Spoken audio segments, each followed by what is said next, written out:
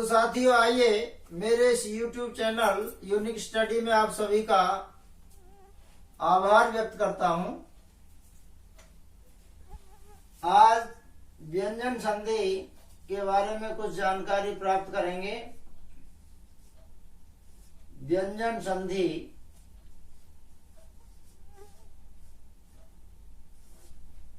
व्यंजन संधि की पहचान यह है कि इसके दोनों पदों में या तो व्यंजन वर्ण होने चाहिए, पूर्व पद में भी व्यंजन वर्ण और पर पद में भी व्यंजन वर्ण होने चाहिए। इसकी दूसरी शर्त यह है या तो एक साइड स्वर वर्णों की हो और दूसरे साइड में आपके व्यंजन वर्ण आने चाहिए।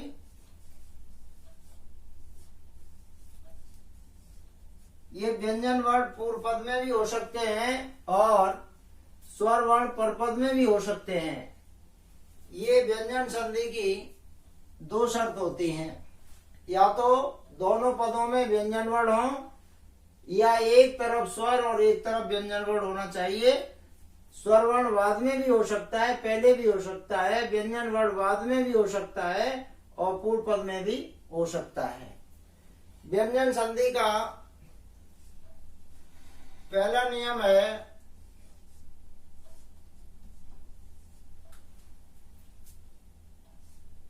पूर्व पद में, इस डायग्राम के माध्यम से आप समझ सकते हैं कि पूर्व पद में किसी वर्गीय वर्ण का प्रथम वर्ण हो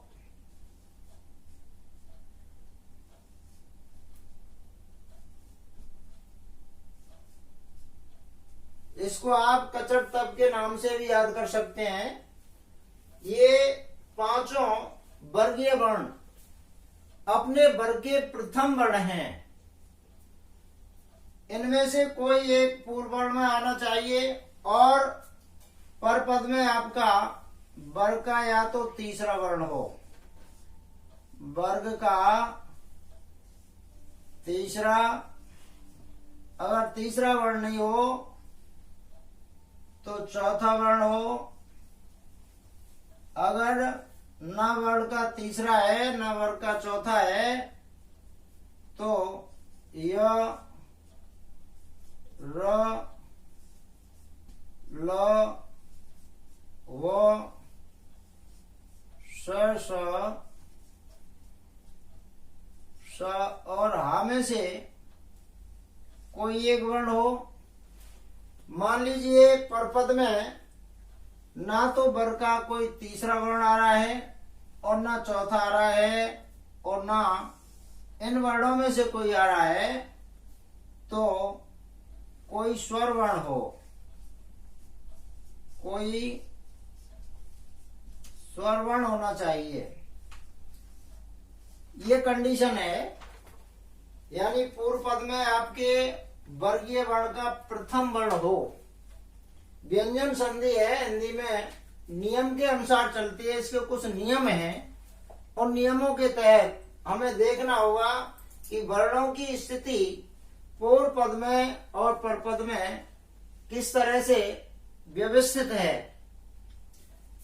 प्रथम वर्ण है आपका क और दूसरा चा है, तीसरा टा है, तीसरा ता है, चौथा पा है।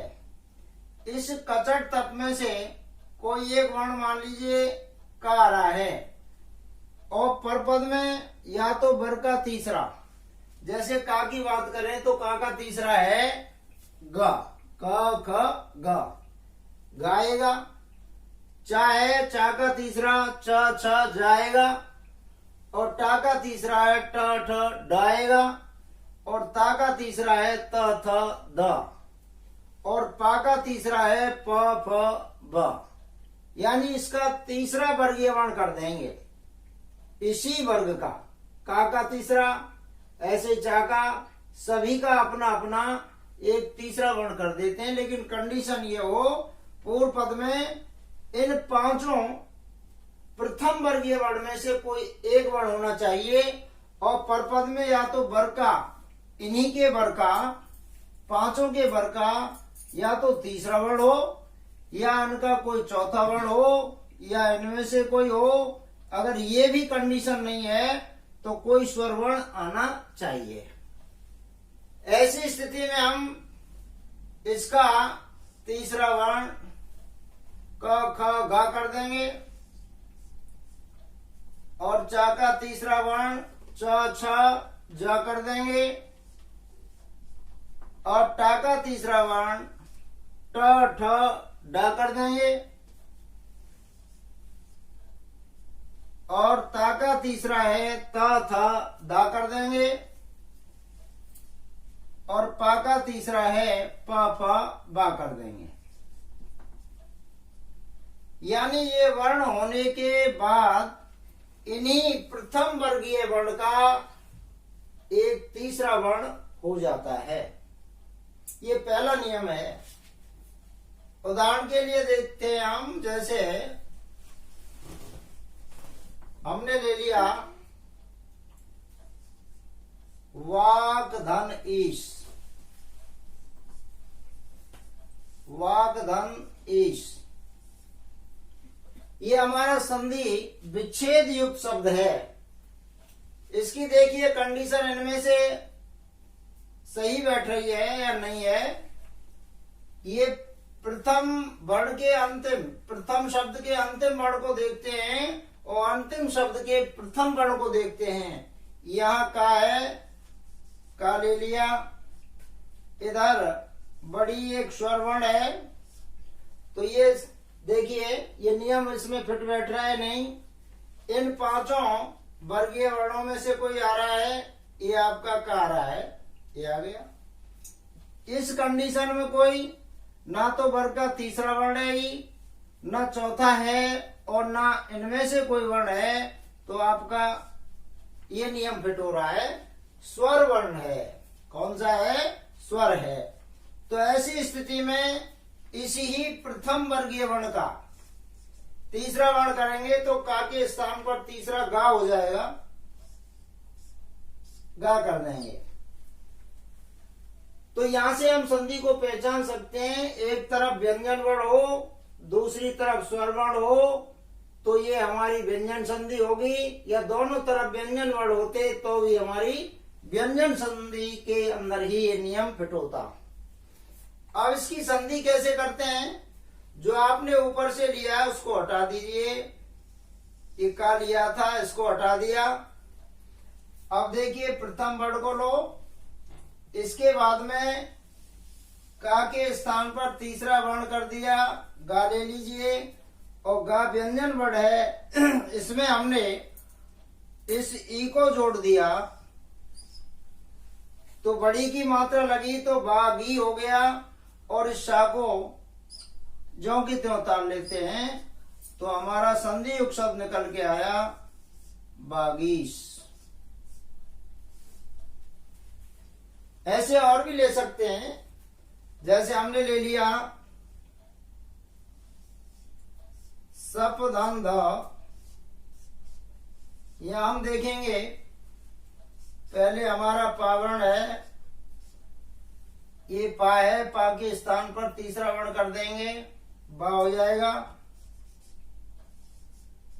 अर्धवर्ण है। अगर इसकी संधि करनी है, इधर आपको पता है दा दे रखा है, ता था धा, ये तीसरा वर्गीय वर्ण है, ये नियम फिट हो रहा है। अब जो ऊपर से लिया है इसको हमने हटा दिया, इधर से चलेंगे, सब हो गया, आधा बा है। अगर कोई स्वर होता तो ये पूर्ण वर्ण हो जाता, ये अर्धवर्ण है। सब हो गया, आधा बा हो गया, और दा को जोड़ दिया तो हमारा शब्द निकल के आया शब्द। ऐसे बहुत सारे एग्जाम्पल हैं, अजंत है और भी बहुत हैं। आप चाहें तो इसका स्क्रीनशॉट ले सकते हैं।